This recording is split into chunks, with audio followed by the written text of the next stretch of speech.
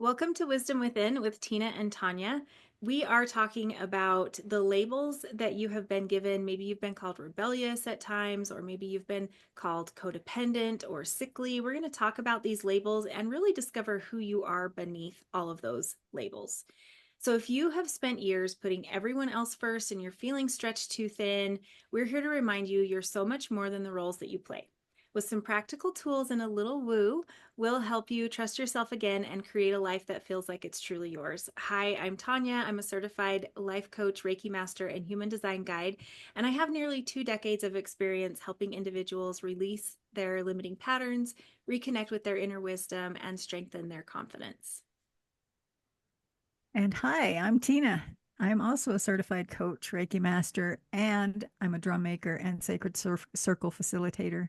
I help women over 45 who spent years putting others first, find what makes them happy, build build meaningful connections with themselves and others and feel like themselves again.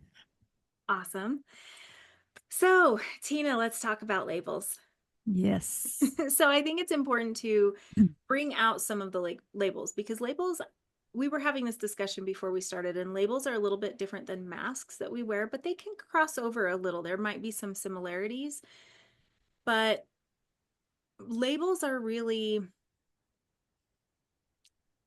well, it's a label. It's as if you have a name tag on you that says, this is who I am, this is what I do, this is how I be. And sometimes they're correct for us, and sometimes they're not. Right. So, Tina, what are some labels that you have resonated with over time, or at least have been gifted in one way or another? So I've been gifted, mom, partner, caregiver, um, I mean, healer, um, sickly even, and codependent, creative. So those are some of the labels that I have been gifted, or I've called myself, or um, I grew up thinking that I was. So, Mhm. Well, and I love these. I don't love labels, but I love learning about them and kind of dissecting them because I've been called several of those as well. I know rebellious is a big one for me. Tough to be around, hard to handle, all those kind of things have those resonate. And sometimes I really love them, but there are even labels like kind mhm, or pretty or because we can also be given what we would look at as positive labels, but they don't always help us, right? Smart, mhm, funny, you know, think about how even those labels can create a lot of havoc in your life if you do something stupid and you're labeled as smart, or if you're having a weak moment but you're labeled as strong, or there's a lot of times when those labels become something that we feel we have to live up to, mhm. and they become our identity, and then who are we? Right. Who So, who are we underneath those labels? yep. And And that's if kind one of those labels was removed, who would I be? who would I be? Yeah. And that's I've had that, I've had that come up many times in my life. It's like, who would I be without this diagnosis? If I didn't have celiac, who would I be? Or who would I be without um, being labeled, without being a mom? And it's like when my kids moved out, it was like, oh no, I'm no longer the caretaker. Who am I now? Or who would I be if I'm no longer the wife? Mhm. Or so it's all of these different ideas and way how these questions of who am I when we have, especially like we have life circumstances hit us. I think that's when we usually really think about those things the most, is when all of a sudden some drastic change happens and we're like, oh, who am I with it now? I don't I'm I got divorced, and now who am I without have that label of, wife or so. And I think it's important too to differentiate where those labels come from because Mhm. we put a lot of labels on ourselves without even realizing it. Yes. It's a little more obvious, I think, when other people have put those labels on us. I have absolutely been gifted the label of being a bitch, and I'm like, sometimes I will own that and happily own that. And but yet there are times where we put them on ourselves, right? Where we, okay, let's just say healer. You and I both work in the healing community. Hmm. So we can wear this label of healer, recognizing that we are not what heals, but there, like, you can see how that could morph things with if we overly attach to that. And I think that's the problem, is when we become too overly attached to a label, that it Yes. becomes who we are. And I see that in human design because I have projector energy, you have generator energy. We are those types in human design. And I recognize when I live that strategy, things feel better for me. But if I overly identify with it and I become like so consumed with all things projector, then I forget to be me, or I Hmm. lose myself, because here's the strategy, here's the direction, here's the how to, and I get so focused in that that I forget to just be as well, and that's only part of me. Right. Yeah, I see that a lot in the healer world. It's like, people identify so deeply with being a healer that they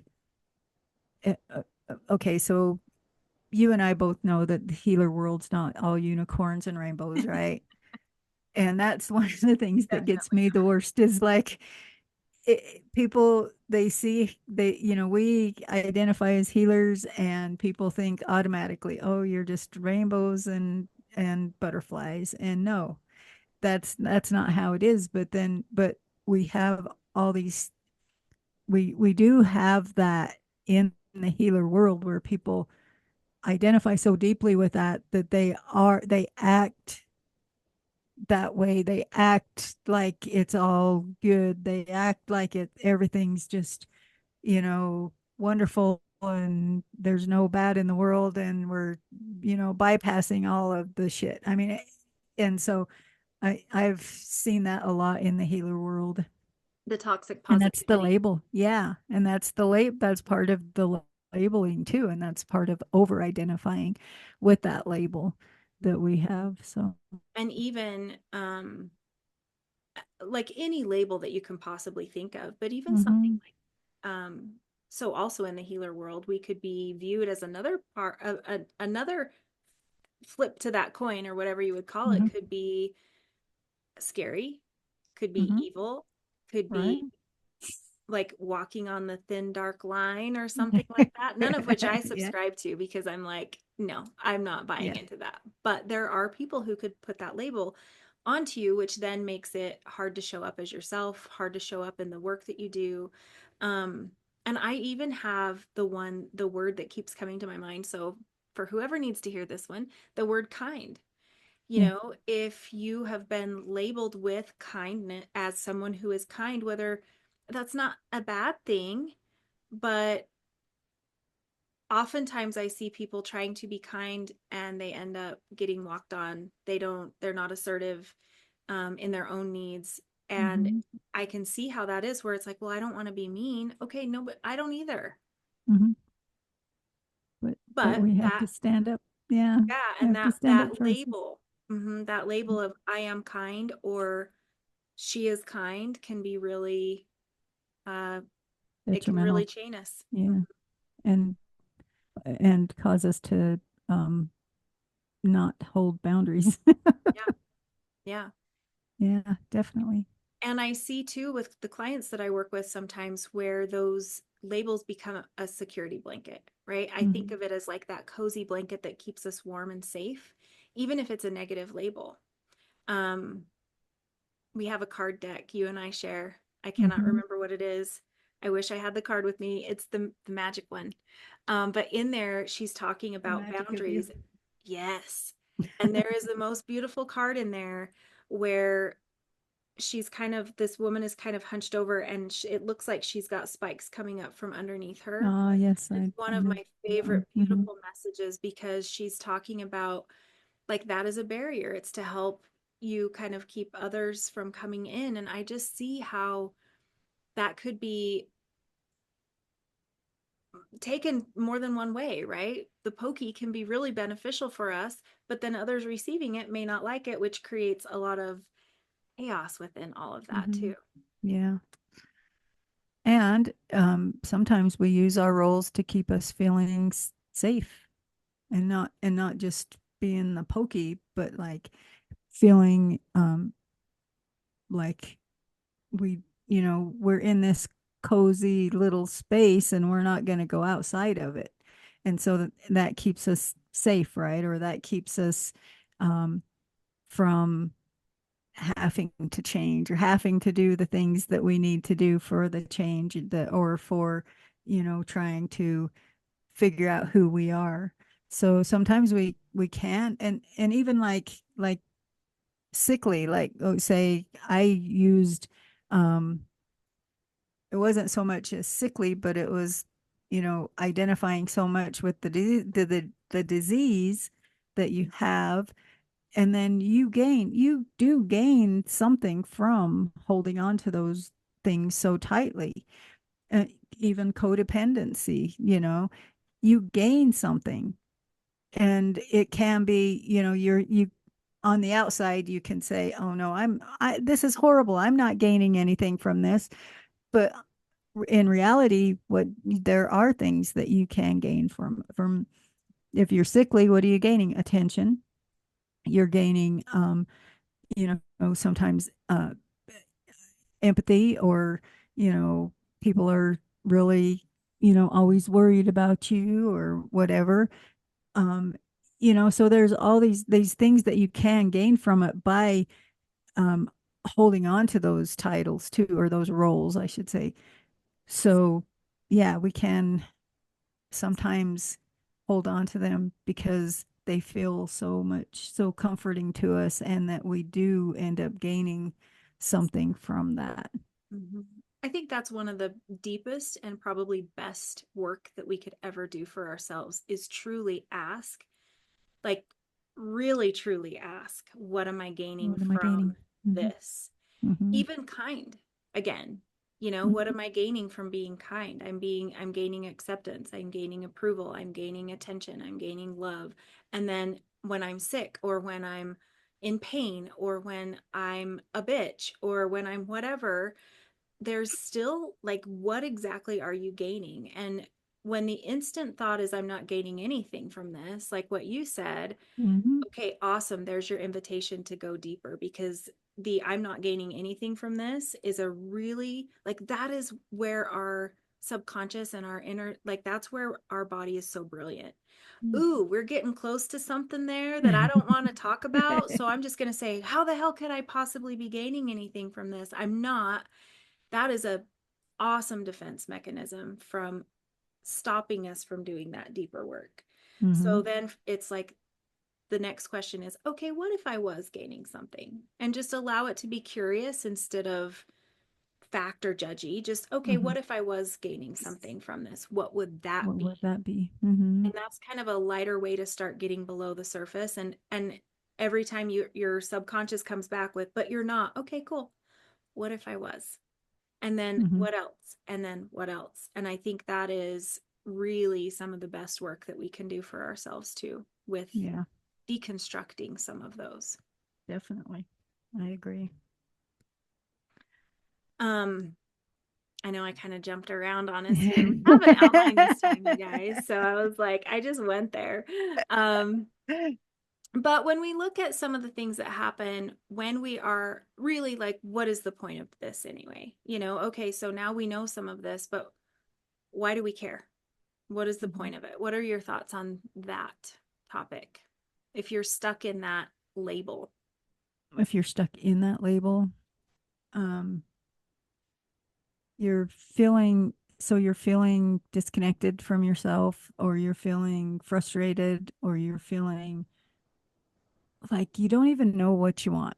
And so sometimes being stuck in that role is causing you to feel stuck. And um, then we can start to be resentful of our family, or we can start to be resentful of the life we're living, or whatever, And so, um, yeah, there's just so much to that when we're feeling that, um, being stuck, when we feel like we're stuck in that role, when we're seeing people, or yeah, I guess even people telling us, because that's a lot of times that's what happens, is people are telling us um that we're this way, so we take on that role. People have told us that we're a certain way, so we take on that role. And or like what we talked about earlier, we identify as that. But when we're stuck in that, then we're not doing that work that you we just talked about asking, who am I beneath this? Who, where, how can I step out of this role, or who would I even be if I wasn't in this role? Mhm. And I think not doing those work that work actually really disconnects us from who we are, Mm-hmm. from truly who we are, Mm-hmm. because we're this label and this label and this label. And in reality, no, that's part of something we're experiencing. It could even be some behaviors we're exhibiting, but it's not who we are. And when we over, like, that's the whole point, is to be able to reconnect with yourself, to be able to shed those labels, step out of those labels, and recognize that, yes, I do have a piece of rebellious in me, maybe a big chunk. I've got a good chunk of rebellion in me. Um, I have a good chunk of don't tell me how to live my life in me. And I actually love that part of me. I don't want it to go away. I don't think it's negative. I have moments where it is not in my best interest, and then times when that is my saving grace. So I love it. Um, but I recognize that is just part of me. It's not all of me. And there's also a very kind part of me too. And there is a healer aspect, and there is like when we really start looking at how these labels can, especially ones that we really enjoy, or some that really Mm-hmm. kind of help us, they can be there to help and support us. They can be part of who we are. They can also really disconnect us from our path or purpose, that inner essence that we have. Yeah, or true, that, or that wisdom within, that's what we talk about on this channel, is that wisdom within. And so can disconnect us from that on occasion, if we allow it to. And just like you said, we can be all of we can have parts of us that are this way, and parts of us that are that way. And you know and that does kind of come together and make us who we are. But who are we at the depths? Who are we in, if we stripped away all those things, who are we there? And that's kind of where we want to go. Yeah. Well, and I think too, when we look at something like, let's just say codependency, or even unwell, or like you mentioned, having celiac or something, when we can look at those as signals, when we can look at those, because those are things that live within, they reside within. And so for me, I know when I've had my most, I don't know what you call it, extreme codependent moments, I guess, or chapters, because I've had Mhm. chapters, not just Yeah. moments. But when I've had those, it was very much a signal to me that something wasn't right in my life. And I was reaching out to others for safety and security. I was wanting them to help me feel better. There was a lot going on, and looking back at those chapters, I can see exactly what was happening in my life and why I was reaching for that one. Mhm. And so I can own that that was a part of my experience at that time. and that still resides in me. And when shit gets bad and things get hard, I have a tendency to reach back out to that, and wanting those same things to come back into my life. But ultimately, it's like, this is a signal. This is, and just like with what you mentioned with the celiac a few months ago, it was a signal. Your body was like, hey, Hmm. listen, Linda. Yep. Exactly. Exactly. And that's what I mean. Yeah, that's what happens. I mean, because yeah, I've had my codependent chapters in my life too. And when I've done that, it is a signal for when I'm totally out of alignment. And just even like what you said with my celiac, just recently, I found that I've been totally out of alignment with my true, with how I can take care of my body, how I can um, be, and I've had to really do some deep diving on that. And, what am I gaining by being sick all the time? What am I gaining by, not doing anything, caring for my body or, being that, or even like depression, because I deal with depression a lot. And so that's the other one, the Tina, the depressed person, there's another label. And who am I without that label? I've had that one for hundreds of years. Well, I shouldn't say hundreds, but for a long time. We were including past lives and everything in there. Yeah, all my past lives, all the things. But you know what I mean? It's like um and who am I without that? And so those are the yeah, that's where we get to dig deep Mhm. and figure that out. And I think some labels, like once you're a mom, right? Mm-hmm. Like that. I don't know that every label necessarily we don't need to overcome Oh that yeah. label. Yeah. We may need to examine the expectations that come with that label. And that would be very different based on every single family, every socioeconomic group, every culture, everything. And so examining the differences in that, for me, it's more the beliefs that you subscribe to around that label that can make or break you in that way. Mm-hmm. Um, and even the expectations you put on others with that as well, with a good mom or a bad mom or a whatever mom. And it's like, nobody says that's the mom who's doing her damnedest to get by and she's Mm-hmm. failing at it. It's your bad mom if you're not excelling to these ways or whatever. And that's not everyone, but that's a lot of times how we feel when we're in that spot. Right. Yeah. So,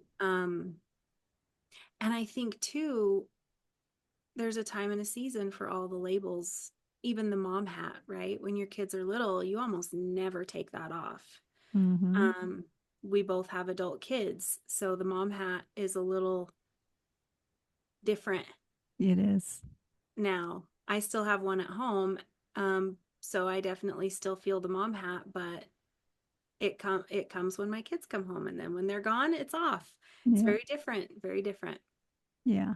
Mine mine's almost non-existent because my kids live out of state, both of them, and so I don't get together with them that often. But the phone calls, and so yeah, that mom hat comes on every so often, but it's a definitely a different mom hat now. And Mm, that's, I mean, and if you think about it, like what you're talking about, a partner too, um, and how those, I think the other thing that we're talking about is how those roles can change too, because um, they aren't necessarily a bad label, and it's not. I don't want to say any of these are bad labels, but I just want to say that it's not necessarily a bad thing to um, have that label or identify with that label, but there we do want to change with the way that we see those labels, or the way that things, because like in our relationships, things change, right? And as the partner, we have our different every relationship goes through different phases, and pretty soon they change. The relationship I have with Joe now is definitely not the relationship I had with him when we met 20 some odd years ago. So it's like, um, even with our kids, that, as that mom hat changes that relationship, like what you were saying, when they were little, our relationship with them was so different. And now it's, for me, it's a whole different way of wearing that mom hat. So just know that too, that there are, don't be fixed in those labels either, and don't hold on to it being kind of like what you were saying, a certain way, and thinking that, all the judgments that we have for, being that it should be a certain way, because it's your way. It's a way that, um yeah, that we see things, everybody sees things differently. Mhm. So And even thinking of the mom label, like when my kids were little and with all of our kids when they're little, we have to be more direct, right? mhm, We have to direct them, guide them, tell them what to do. It's yes, no for real. mhm, It's a very different vibe. But if we choose to keep it that way, then by the mhm, time they're adults, they're not speaking to us anymore because right. they don't Mhm, want us to tell them how to live their life. So it's like mhm, we have to find that natural progression within that label itself to go from you have to do as you're told when you're little because you can't run in the busy street or whatever. And I don't want to lose you in the supermarket. So you have to hold my hand or whatever those little rules are when they're littles. And then as they grow, I remember when my kids were teenagers feeling that shift and starting to tell them, I'm not going to tell you what to do and how to do it. I'm not going to jump in and take over and fix things for you. We're going to have conversations. I won't move forward without talking to you first. It was more of like a consultant, but mhm. I still got the final say if Yeah. needed, Yeah, but right. we had that discussion about that. That was very Mhm, clear to them as well that if it feels unsafe to me, then the buck stops here. But now even as they're moving into adulthood, I find myself receiving feedback from them, um, and having more conversations with them around those bigger challenges and being respectful of that next phase is of all of these. I mean, this is a great example with the mom because so many of us have experienced this, but it's that way with so much, so mhm. many Yeah, with labels. so many labels that we have. I mean, even like, I could probably, if I sat and thought about it, I would think of, the sickly label, how it changes, and it has changed for me now because I don't identify with that anymore. But um, you know, as I've gone through the phases of it, and I finally had to get to that point of, no, I'm not sickly. I am I'm fine, and I'm living my life, and this is what I'm going to do. And even like the depression label, I've had to learn to non-identify with it a little bit more, and that's what's helping me to move out of that, because it happens that way. So How do you move out of that? Like, what are some suggestions that you would give for? I mean, it could probably be a lot of different labels, but I know that one specifically is pretty tough. with depression, Mhm. for me, it came with the first acknowledging that I that it's there, right? Because we don't even, many times we're just in it, and we don't even think about it. Um, and it's like, this is just who I am, and this is, and of course, there's medications, of course there are all those types of things. I don't subscribe to that. For me, it's really digging deep, because it's a hard place to be in, and it's um a hard one to get out of. And so that digging deep and finding that strength within yourself, for me, it's making sure that I do the things to support my body and to do things like um, going for a walk, because that is one of the and knowing myself. So before I didn't know that walk going for a walk was one thing that was going to help me with depression. I never knew that for a long, long time. And then I started realizing that when I would walk regularly, I felt better. And then I would quit walking and then I'm like, oh, I feel crappy. And so especially in the wintertime, because that's when it hits me the hardest, I've learned that I have to get outside and walk for a certain amount of time. And in 30 minutes is all it takes for me to just get out and walk and just enjoy the outside. And then the other thing that has really helped me is listening. It's like what I put in my mind. It's like listening to, if I'm scrolling social media, if I'm watching YouTube videos that are, you know, not helpful. I mean, it has to be very positive, very uplifting. And it's like people like Wayne Dyer, um, Joe Dispenza, um, Jim Rohn, people like that. Zig Ziglar. Do you remember Zig Ziglar? Yeah. People like that where I can listen to them and even a podcast or Mel Robbins, even just listening to those podcasts that help me to start changing my thinking, because that's where my depression comes in, is when I'm starting to really think how bad how bad everything is.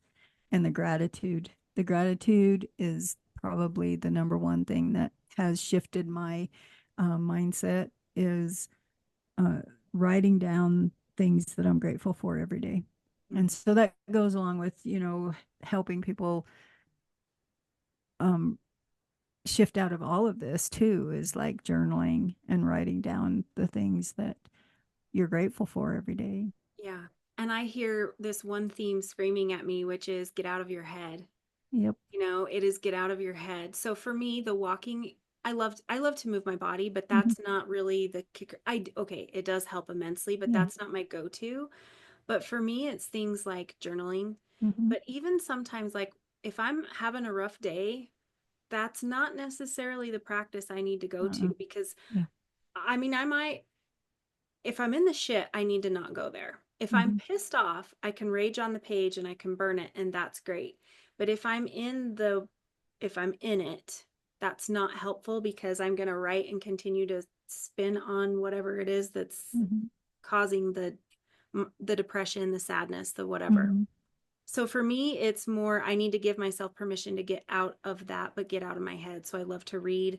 I love to listen to like fiction books, go back Mm-hmm. to the complete, just allow myself to kind of disconnect a little bit, not all day, every day, but just for little moments of time to be able to pull myself out of that and then be able to get into like the podcast you're talking about and listening Mm-hmm. to those positive, build yourself up type Mm-hmm. speeches. But really for me, it's a pattern interrupter, Yeah. right? And the pattern that has to be interrupted is my obsessive thinking. Mm-hmm. So what works for me and what works for you might be different, and for whoever's listening, it may be something completely different, but it is due like 100% priority of getting out of a funk, whatever that may be, is pattern interrupter. And what is it that works for you? Um, I think that's really important too, because I've had times where I've used movement to abuse myself. I've Yeah. used exercise to beat myself up, and that was a really unhealthy time as well. And I mean, I remember throwing a wall ball and tears just coming down my face, and the people that were there thought it was because I was just pushing so hard, and I'm like, no. I'm sobbing because I mean, I allowed myself to emotionally release, which was not a bad thing, but I was punishing my body. Yeah. And so every even good healthy thing we can twist to an unhealthy. We have to really focus on our intention as well with all those Right. things. Yeah, I agree. And what are some other ways that you can break free from the roles that we're playing? So, They know. yeah, Yeah, boundaries. boundaries. I It's always easier to see other people's boundaries getting walked all over than it is your own, because with your own you're like, well, yeah, but it was just that one time, or oh, well, it's only this one kid, or well, they needed it in this way for this reason. um and then before long you're doing everything for everyone and you're right back in that cycle, and you're taking on the roles of she's the one who's going to solve it, she's the one who's going to fix it, all those types of things. So um in that way I think boundaries is really key. But Mhm. also what you mentioned with what you put in your mind is very critical. I mean, that's a boundary, right? You're setting a Mhm. boundary. You're not it doesn't always have to be with someone else. You're setting a boundary that this is the stuff that's not coming in my mind and this is. And I think it's really important to look at the people that we're spending our time around. What Because as we know in the energy world, we are constantly taking on other people's energy. There's Mhm. Yes, you can do energetic boundaries, you can set that is going to help, but especially if you have those who are closest to you, they're going to get into your field, they're going to be in your aura, you're going to be taking on their energy. And in human design, the more openness you have in your design, the more energy of the others you're going to take. So physical boundaries with people is also something that I think is really important with this. Yeah. And and those people that are labeling you that role, that have given you that label, and those people that like, somebody's calling you a bitch, don't hang out with them, because they're going to continually push that on you. And so yeah. And then the other thing that I think is really a good one is to just ask your question, asking yourself the questions of, do I subscribe to this? Your favorite thing. That's my Do I favorite. actually subscribe to this belief that, that I am this person or this role, you know, and kind of actually looking at it as, I think I feel like we have to separate ourselves from all these roles too, and looking at it like, am I really truly this role, or am I something different than this? Am I something, um what is Tina like underneath that role, Mm. and does this actually even, you know how, what I'm trying to think of, does it fit my values? That's how I'm trying to say it. Does this actually even fit my values? And how do I even know what my values are, and the one way you can find your values is by sitting down and writing, asking yourself, and just asking, what do I truly value in life? What do I, for me, it's authenticity is probably my one of my biggest values. And then, I have creativity, I have gratitude, I have freedom. I have several different other values, but authenticity for me is probably number one. And so you have to sit down and you can write. There's all different kinds. You can get on the internet and find different tools that you can use to find your values. But just journaling about, what do I truly, what and it's like letting yourself go deep, because on surface level you're going to write down, oh yeah, this is fine, this is, I value my family, I value my friends, I value my husband, I value this. But if you go a layer deeper, what are those values? And another layer deeper, what are the values? And maybe a little bit deeper, to get clear down to that center of you. And then that's when you start finding out who you are underneath all of these roles that we have. And it's like we're piled on, there's roles. It's what we take on, what people label us, what we've been given, what, there's just, they're piled, they're there, they're always going to be there. Hmm. But when we can dig down to that deepest core, to the core of who we are, that's when we can start to release some of the roles, and some of the roles they we don't have to release, just like, like what we talked about with mom, partner, those kinds of roles we don't have to release, just allow them to Evolve. move and evolve. But finding out what you like, what you love to do, and how you even do you actually even like fried chicken,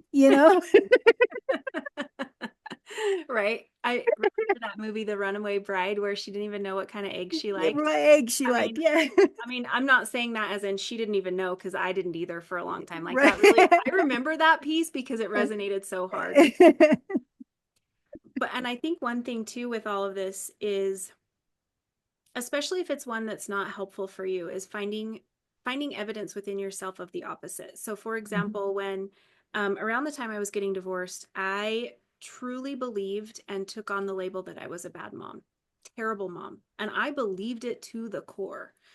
And I had other people kind of saying things that I was doing wrong and whatever, and kind of, I mean, I could say that they put that on me, but more of it I was owning, and I was claiming that. Like I let it come in. And so I was claiming that label of being a bad mom. And when I really did the work, like what you're saying, I mean, that everything you described is exactly what I did, where I started looking at, like, where did this come from? Why do I believe that? Do I actually subscribe to that belief? And most of it was like, no, that's bullshit. That's hell no. And I just started really looking at why, not what makes a good mom. Why do I believe I'm a bad mom? Like, I really dissected the shit out of that. And then so I did get to those core values of what is it about, like, what do I consider to be, for me, a good mom? But then I really started looking at, how am I being a good mom? Like, what are all the ways? Because I think we miss that too, where we're Mhm. deconstructing, but we forget to actually add in, where am I doing things right? I Right. actually showed up and picked him up today. I wasn't late. I was early. I mean, I don't care how simple and little it Mhm. seems. Start putting those evidence in there of all the things that you're doing right. And that was also something that really helped me to get rid of that label, because that was one that I absolutely do not identify with, and I'm not taking that on. I have Mhm. had bad mom moments, absolutely. I've had moments where I am not proud and I wish I could erase that from my memory, but they're fleeting. I'm very clear with what was going on in my life. I have a lot of compassion for that woman that I was at that time, but I also know all the things I've done right that has created the relationship I have with my boys. I'm grateful, and I don't identify as being a bad mom anymore. Mhm. Even if they were going to tell me you're a bad mom, I'm like, okay, sorry, not sorry. You know what I mean? It's Right. completely changed. So I think that's another piece there that is really important. And same with depression, if Mhm. that's one that you could work on, and we're going through that, but can you also look at the ways that maybe things feel good, ways in which your Mhm. life is going the way you want it to Mhm. be? Or if nothing's going the way that you want it to be, did you get some alone time today? Or did you get some friend time today? Or whatever those pieces can be for you, Right. can be helpful to shift that a little bit, Mhm. especially when you're in that moment. Definitely. Definitely. What else? I mean, I'm thinking, especially when we're rediscovering who we are, it's finding what lights us up. And Yeah. I remember when I was in a space where nothing lit me up. And I remember people saying things like, look what you did when you were a kid, and go back to those things. Well, the only thing I cared about was being a feral child, having no boss, and riding horses. That was Mhm. it. Mhm. So not helpful now in my adult Mhm. life. And so I had to reinvent myself, and it was trying new things. And I would try new foods. I would try new hobbies. I didn't make myself love them all, but I gave myself permission to try some things. Yeah. I love that. And that's Definitely a good way to reconnect. I know for me, I've had those times when I didn't even know what I what I like. And and yeah, the horses, I'm the same as you. I was when I was a kid, that's all I cared about was the horses. And as I got older, I had to figure out all the other things, but I've always had different hobbies and different things that, like painting or drawing or things. So I think my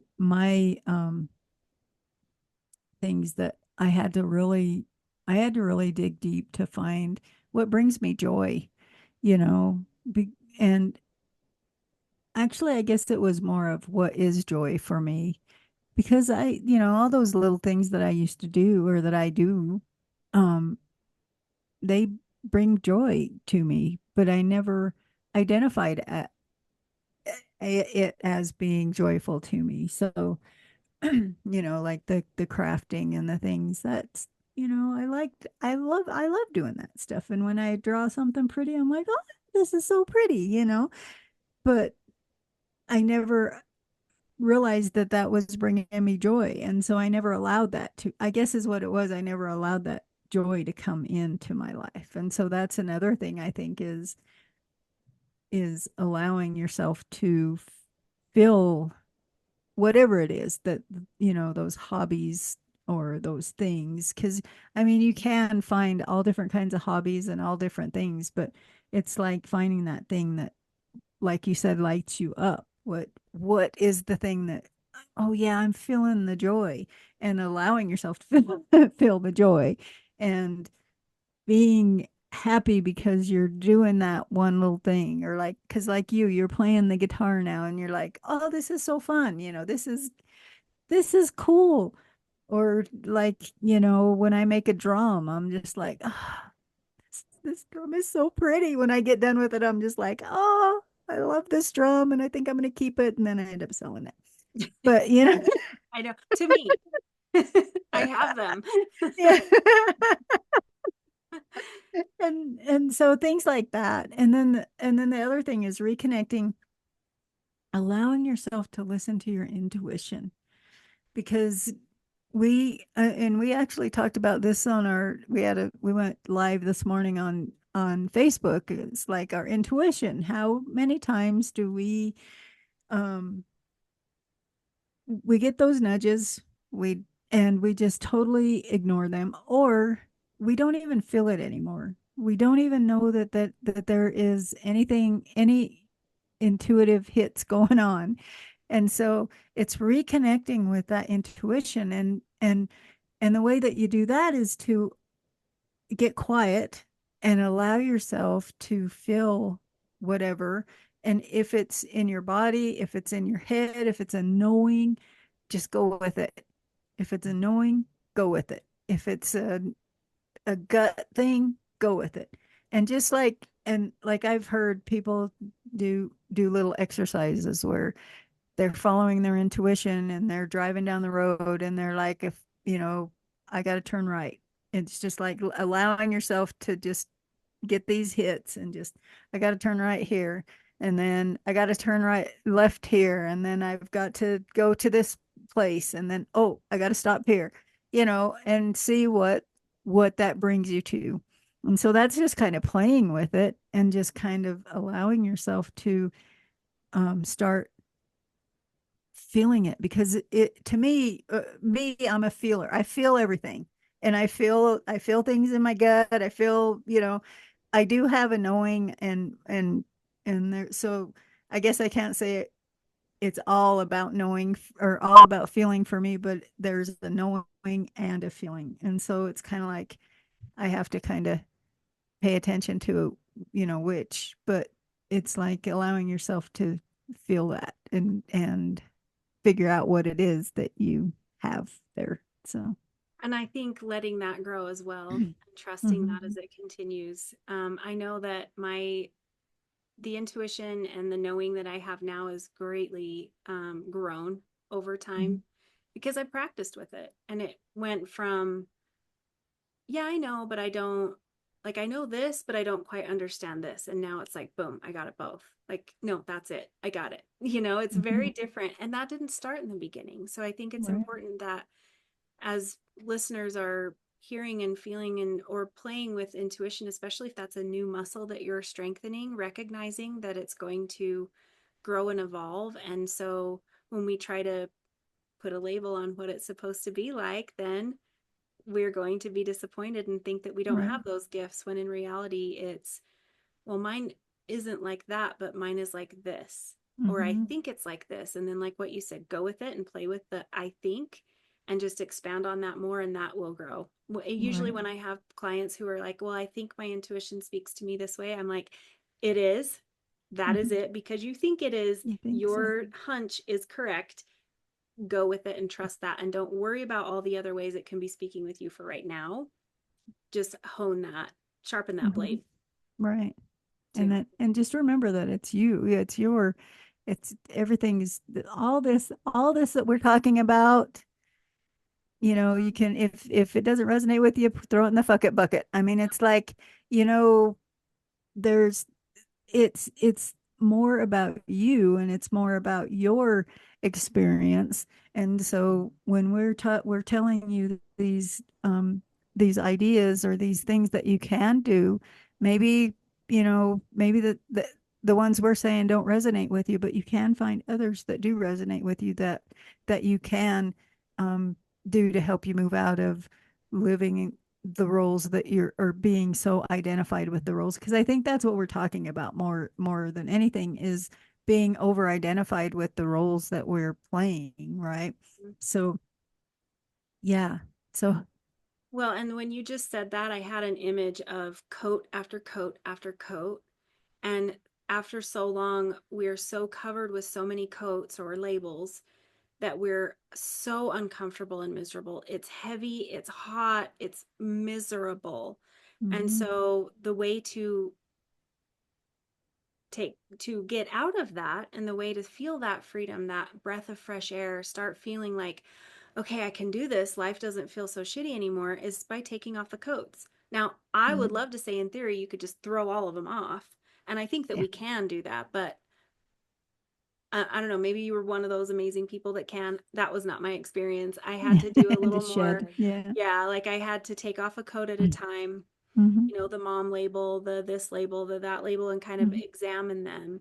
Um, but the cool thing about that is that that process can become more even automatic for you, because I know that, like you and I have talked, and I will be listening to something and I'm like, oh, I am not subscribing to that belief. Like I instantly say no when I know it's not for me, or that's going to lead me down a path I don't want. I don't even explore it. I don't examine it. I do not touch that coat with a 10-foot Mm-hmm. pole. And but I've done that over time by trial and error, right? When I Mm-hmm. typically it's been, okay, that's the way I'm supposed to do it, and I put on that coat. Right. And and so over here, how many times we do that over and over, and then we get overburdened. Right. Or that's the way I'm supposed to be. Mm. That's how I'm Or supposed to do that's it. that's how it's supposed to be. That's what I'm supposed to act like. That's what I'm supposed to do. That's what I'm supposed to. Supposed to. It's like, yeah. Then and like you said, we're just so overburdened on with all of the weight of all of that. And when we can start shedding those, it's like, Yeah. you know, it's such a relief. And then you end up living, more authentically. You're starting to be more in alignment with what your true values are. What, you know, maybe you're living the a life, this role, and it has been, you find out when you start digging through your values, you find out that this role is not even close to how, what I value in life. Why am I holding on to this role? And then you can shed it. You can just let it go.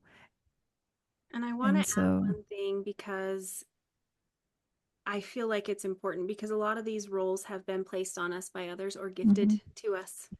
we can choose not to accept them, but we have accepted the gift or Hmm. they wouldn't be in our field, right? So they've been gifted to us.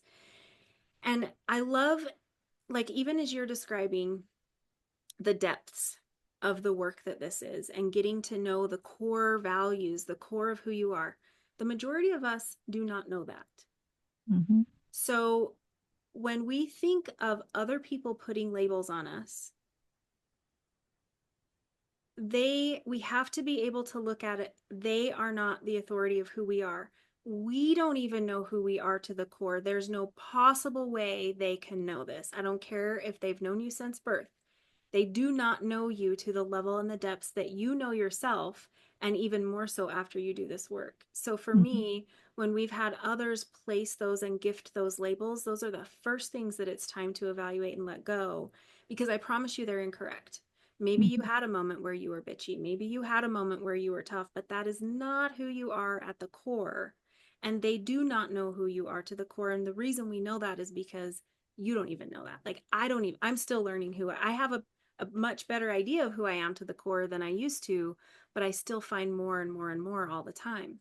Right. So I think that's important to point out that, because we have people who are like, well, but this is something I've heard my whole life. Okay, cool. You've heard it your whole life. Let them believe it. They get to be wrong, Hmm. So Yeah, exactly. Because, and I know that that was me too. I didn't know. I'm still learning who I am at the core too, and and I think it's a lifelong thing if you're willing to keep digging and finding it. But I mean, I've had so many people in my life put on those labels on me, and I accepted them all, and until I didn't. And then I started just like, shedding those layers and allowing, like what you said, they get to be wrong. yep. And that, that's not who I am. And they may still see me as that.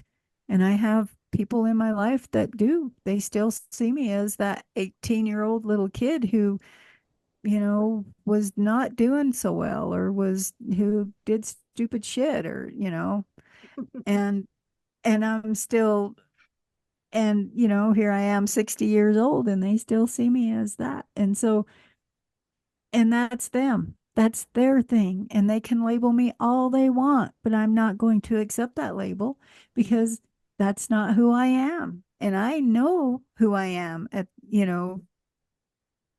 mostly. Yeah.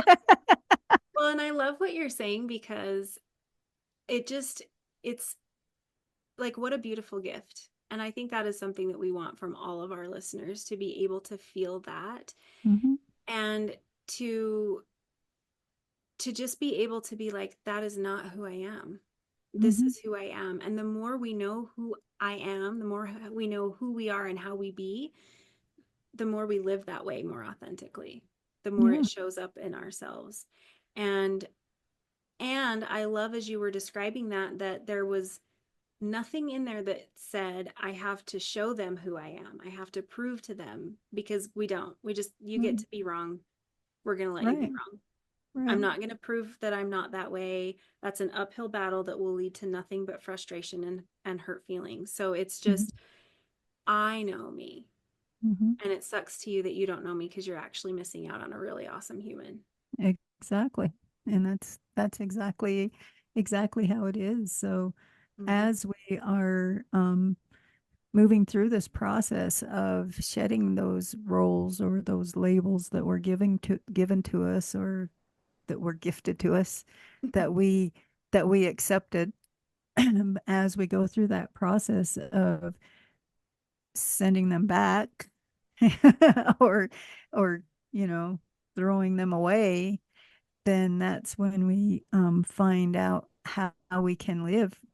We live more authentically, we live more in alignment with our true path. And so we're finding that purpose in our life, we're finding the things that we love to do, we're finding how we want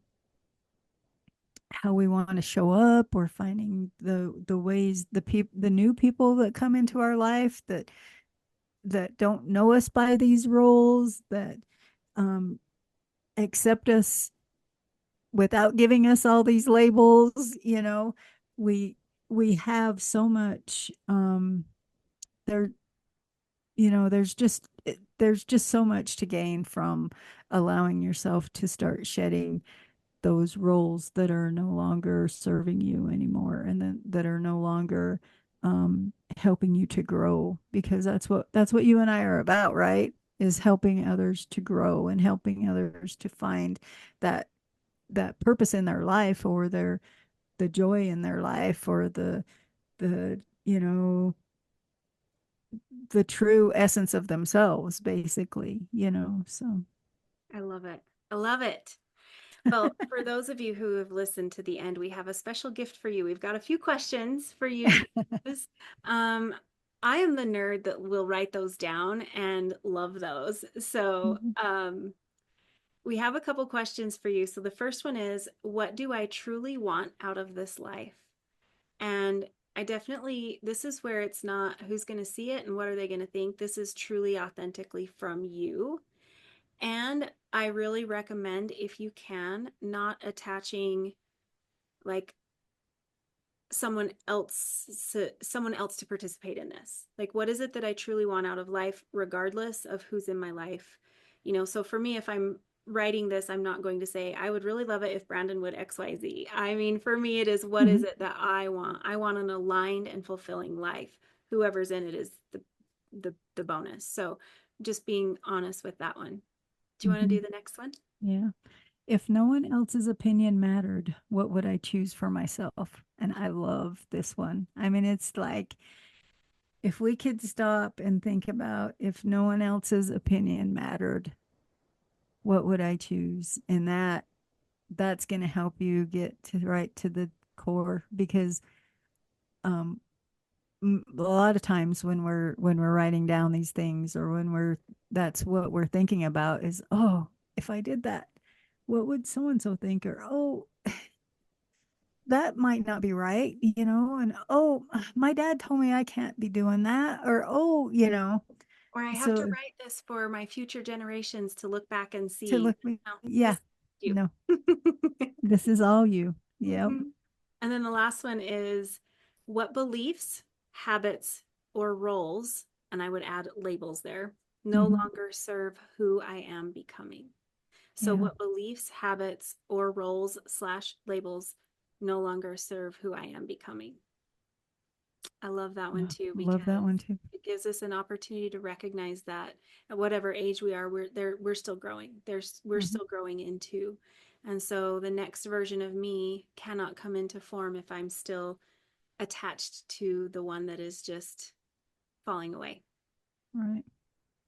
I think I'm gonna write these down and do some writing on these too, No, 'cause we'll put them in the I really description like them. below so you Yeah. guys can just look there, and we'll have these prompts down there for you as well. That'll be an easy way for you to kind of get to them, or you can stop and rewind and listen to it several times, Yeah. whatever. Right. Is there anything else that we have missed that you would like to bring to light? No, I think I'm good. I think I'm complete. Yeah. We got some goodness in here. All Yeah. right. Ways to work with Tina and I, we have in the description down below, but is there anything that you'd like to highlight? I have a mastermind. What I'm calling, what it is it's called the Grounded Light Collective Circle, and it's a circle for business owners and healers and wellness practitioners who yeah, want to. I made this because business is hard, and it's easier when we have a collective group with us helping us. And so I wanted to create a space where we can help each other to grow our businesses and move through the hard and make it a little bit easier. So I love that. I love it. yeah. And then I have my Unbound, which is my private coaching program. And it's really what we've been talking about. It's really about breaking those chains, the things that are keeping us stuck, holding us down, keeping us in those doing everything for everyone at the expense of ourselves, types of behavior patterns. So it's breaking through those, becoming unbound, and really helping particularly women, is who I work with through this. So, helping her feel confident in her decisions, trusting her intuition, really a lot of what we've talked about, having that clear Mhm. direction for her life, those things that we crave so much. Um, and of course, I bring in my fun human design. I bring in Reiki to every session. I bring in the gene keys. So it's a medley of my intuitive guidance as well as those structures of methods. So we have both energy mechanics and energy healing along the ride in that program. So it's Yeah. super awesome, very customized for them. So I'll have a link for that as well below. Awesome. And then you and I have a Reiki training. Reiki. Yeah. So if you are interested in becoming a Reiki 1 or 2 practitioner, or if you're catching this later, we also offer a master class. So we'll have the link for that below. But the Reiki 1 and 2 is coming up very soon in Yeah. March. It's an in-person class though too. So In just just just know that it's in person. All right. So, with that, thank you so much for joining us. We love that we are able to serve you in this way. And if you love this, please like, comment, share, and help us spread the word. Yes, definitely. Thank you. Thank you.